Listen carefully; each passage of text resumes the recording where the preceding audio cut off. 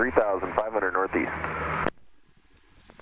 Northeast practice area, Cessna 6254 Delta 4,500. We're about 2 miles to the north of Pinnacle Peak.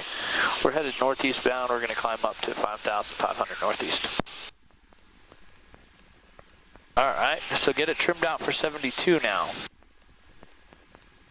And notice, look at your climb rate that you're getting now, about 500. So you were getting about 200 feet per minute more at VX. Traffic not available. It's okay. He's over there. Okay. So if I'm pulling back, I want the trim wheel to go. So if you look here, it says here, it's hard to see, but this one here is nose down. So you roll this up to go nose down. This one down here says nose up. So if you watch here, take a rise up. Nose down. Okay. That's a lot of trim to make it so you could actually see it. It's really, really small, fine movements once you get it dialed in. Okay? That looks good there. And we'll keep climbing. Let's climb back at VX again now that you've got it trimmed out. And during that turn, I want you to turn 30 degrees the bank to the right.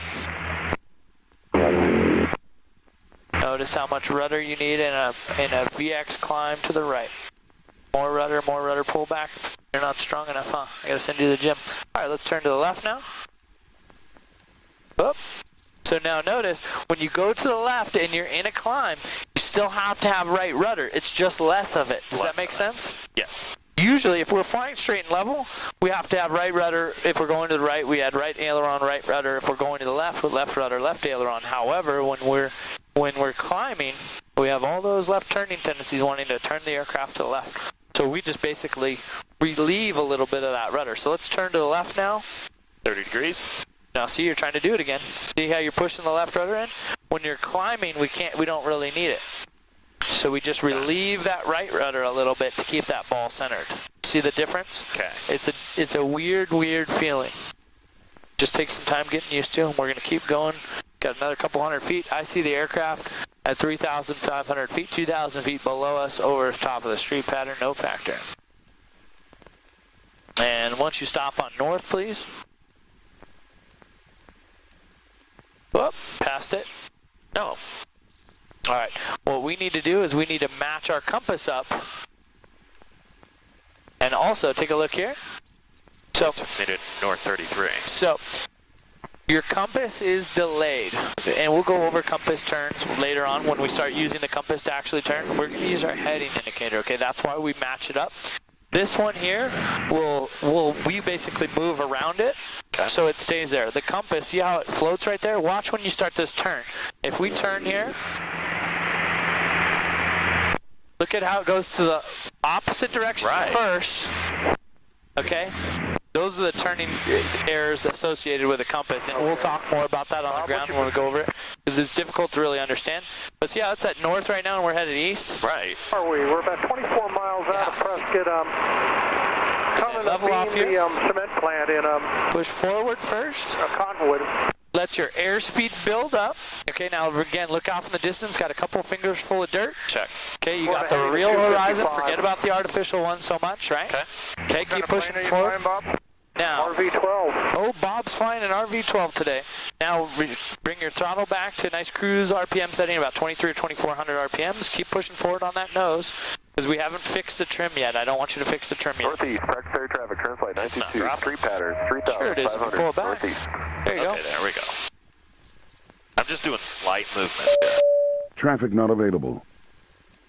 What does that mean when it's traffic not available? Means we're not getting the radar, so we can't figure out, because this gives us our radar and comes back. Do we need to call out to the practice area? Yeah, we always do. Every time we're... 32 Charlie, about 20 miles north of Rio Verde at 6,500 feet. 20 miles north? Jesus. I love how people report 20 miles north, like there's not a lot of space between 20 miles. Northeast practice area, Cessna 6254 Delta 5,500. We're over the north end of the street pattern at 5,500, headed eastbound, northeast practice area. Okay, so now you've done a really, really good job of figuring out the trim. Negative. Look, if you let go right now, what happens? Jack squat. Nice smooth day. You got the altitude perfect, VSI is perfect, and I'll tell you why that you did that correctly. Because you looked out at the real horizon, okay? Now, this is great when you're flying instrument, and it's great for finding specific information. If we want 5 degrees nose up or 10 degrees nose up. North of Horseshoe Dam at 6,000 feet. Or we want it there up there, way up there, 15 miles away from us, no factor. So, or if you want to get 10 degrees, 20 degrees, or 30 degrees of bank, the attitude indicator is great for that. However, when you're flying the plane, I want you to go ahead and pull back right now and take a look and see what, just pull back. Look at now, see how you don't see the horizon? We're going to start a climb. Okay, now push the nose forward. Okay. We're going to start a descent.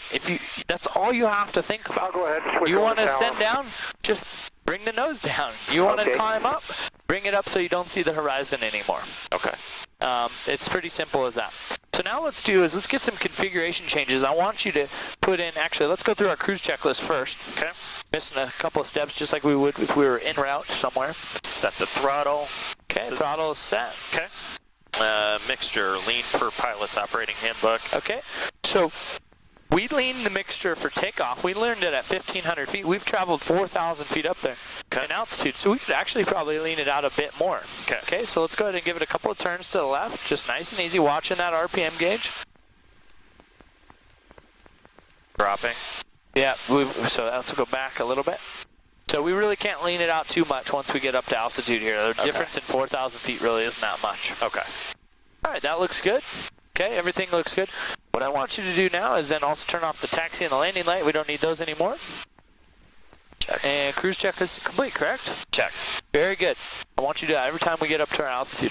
Now, let's go ahead and let's do some configuration changes. I want you to fly around with 10 degrees of flaps now. I want you to see the relationship between flaps and lift and drag. Notice that when you put in this first 10 degrees of flaps, you're going to get a lot of lift. And it's not going to slow us down that much, okay? We're going about 87 right now. Check. Let's put in 10 degrees of flaps. Check. Push forward for that lift. Keep the flaps in there. You're okay. So just push forward for that. See how you're climbing? You climbed at 1,000 feet per minute there. Wow. Okay, keep the flaps in there. Okay. Push the nose back down, get back down to 5,500, and trim it out, please. Push the nose back down. 5,000. What? 5,000. 5,500, our altitude. Thank you. Push down here. Nope. Don't overspeed the flaps. Okay. Keeping them at 10. Just leave them there. You're good. Okay. So now push forward. Now notice how much more lift there is, right? Yeah. Get back down to 5,500 and trim nose down.